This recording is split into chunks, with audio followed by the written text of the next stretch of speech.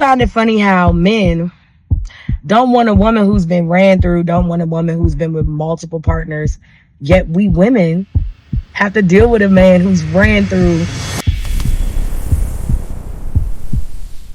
Historically, chastity is not a value that women looked for in determining who was a better man. Describe. Let's talk about it. Find it funny how men don't want a woman who's been ran through, don't want a woman who's been with multiple partners, yet we women have to deal with a man who's ran through multiple women and multiple partners. Let that sink in. It's not truly a double standard because both sides don't hold that as a standard. What do I mean by this? When women are selecting for men, rarely is their chastity, their purity, or their lack of partners a determining factor when saying this is a better man than this.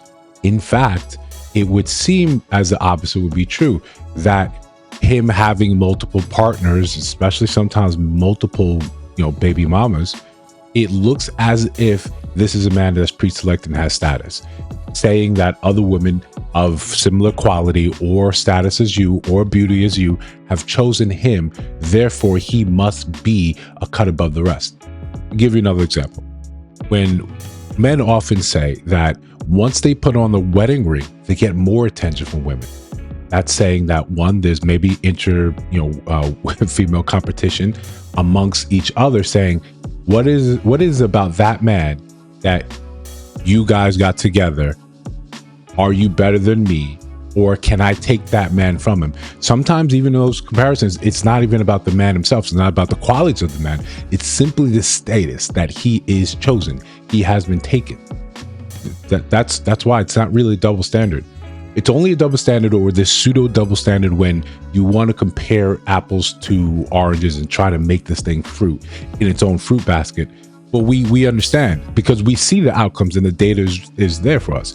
We can see the anecdotal data in the Nick Cannons, the futures. We see examples of that where women say, I know I'm going to be number 8 and I still decide to be number 8 because for whatever reason, these qualities in here, I do not mind that he's very obviously ran through. I obviously look at that, and even that ran through nomenclature is up in there. But you get it. You've decided that it does not matter what he is actually going through or has gone through, other women, or what he's put other women through. You still sign up to be the next. That's how you end up being baby mama number 1, 2, 3, 4, 5, 8. We just highlighted a video just a couple days ago where a woman, she signed up on tonight's conversation. She's baby mama number 8. You can't tell me that him having 7 other kids just wasn't the most important factor. It doesn't ring as true to men, to women as it does to men. This is why it's not a double standard. Men look at it and say, yeah, that's not what I want. It's what I have fun with, but not technically what I want. And then they select by that. That is their standard when it comes to dating for, or intentional dating for a wife or potential mother of their children. When men are serious, especially men of means, they're serious. That is a factor for them. That is a standard. Women do not value men or do not look at men to determine his being high value or not, or what is worth on the market by the number of kids he has. You have other markers that women tend to choose by. So it's not really that confusing, but when you want it to seem confusing, when you heard it from someone else and it sounds like a good talking point, then you'll say it, right? But all we really have to do here is take a moment, a breath, a pause to see if this thing actually makes sense, if it actually holds water, rather than simply being on social media and hearing someone say something and it says, oh, that sounds like a good gotcha point. How will people ever respond to that? What we like to do over here, we like to, look at data, look at nuance, and try to come up with an actual through line of what makes sense. And hopefully believe that some people are asking the question because they're curious, or they're asking the question because they want a gotcha moment and maybe they need to move on to a new point. Either way, we're here to sort of clear the air and just try to think a little bit for ourselves. Listen, before we continue, like, comment, subscribe, hit that notification bell so you don't miss new uploads. We got membership open on the channel if you want to see exclusive videos. We're going to create more and more of those. Again, the bread and butter, like we like to do, subscriber Sundays. Join the chat. Hopefully I'll see some of you guys later today, an hour after this long form gets posted. Hopefully I see some new faces in there. If not, thank you for all the people that always routinely show up. Besides that, hype the video, share the video. We got some merch in the store. Now, we understand that, you know, it sometimes seems unfair in dating, and when it seems like either side is looking to one up the other and talk about how difficult or how unfair the game is. The real truth is none of that ever actually changes anyone's mind, anyone's opinion. The deck that you're dealing with, the deck that you're playing with, the cards that you're given, or the cards that you're given. If you want to make it seem as, okay, men are ran through, that's why unbelievable, we have to choose them, then don't choose them. You don't have to choose a man that has had a bunch of sexual partners. But the idea of a 40-year-old virgin is enough of a comedy for us to make a movie about. It's not a pillar that women look and say, this is such a great, beautiful, wondrous thing to have. When you say things like this, when it's very obvious that you either just want to ignore the reality of how the majority of women kind of go about choosing outside of religion, outside of specific cases, because I know there's always an anecdotal story in there saying, well, this is not what no.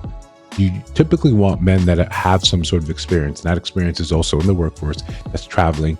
It's in eating out, in dining, in knowing how to treat a woman, in knowing how to treat a woman in the bedroom. So men understand this.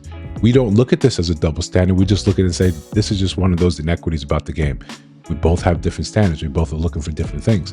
If you don't, then you can simply highlight for those. You can simply push and say, okay, I want men that are not this. And then you know where to find them. The majority of men are not getting enough attention. And majority of men, or a large swath of men, have not had any type of physical interaction, have not had any type of sex within a year. That's self-reported studies. It's common. Most men do go without female attention. You know where to find the guys.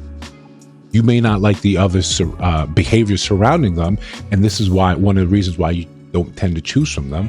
You don't want to be with a guy that you look like and say his hobbies are for nerds, or reserved for nerds, or he does things that are outside of the norm, outside of the things I've deemed to be cool, to be suave, to be the thing I like to show off to everyone else about.